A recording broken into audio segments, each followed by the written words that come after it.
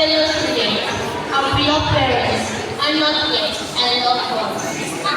Today marks a significant milestone in our journey, and I, Ikechi Kuchiro, stand before you as the outgoing principal, proud to represent the farewell speech on behalf of my class of today.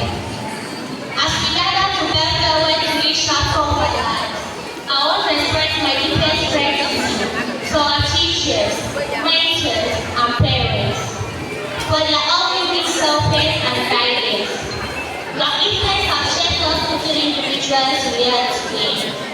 To my fellow graduates, I say we have navigated the challenges, overcame excellence, and grow together.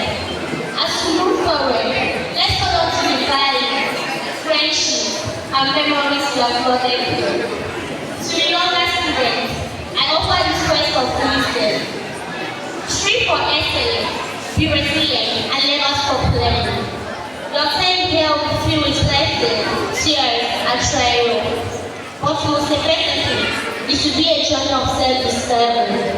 As I conclude, I leave you with a quote. The future belongs to those who believe in the beauty of their dreams. Let's chase our dreams, make our work, and make our hearts of prayer. Thank you, God bless you, and farewell.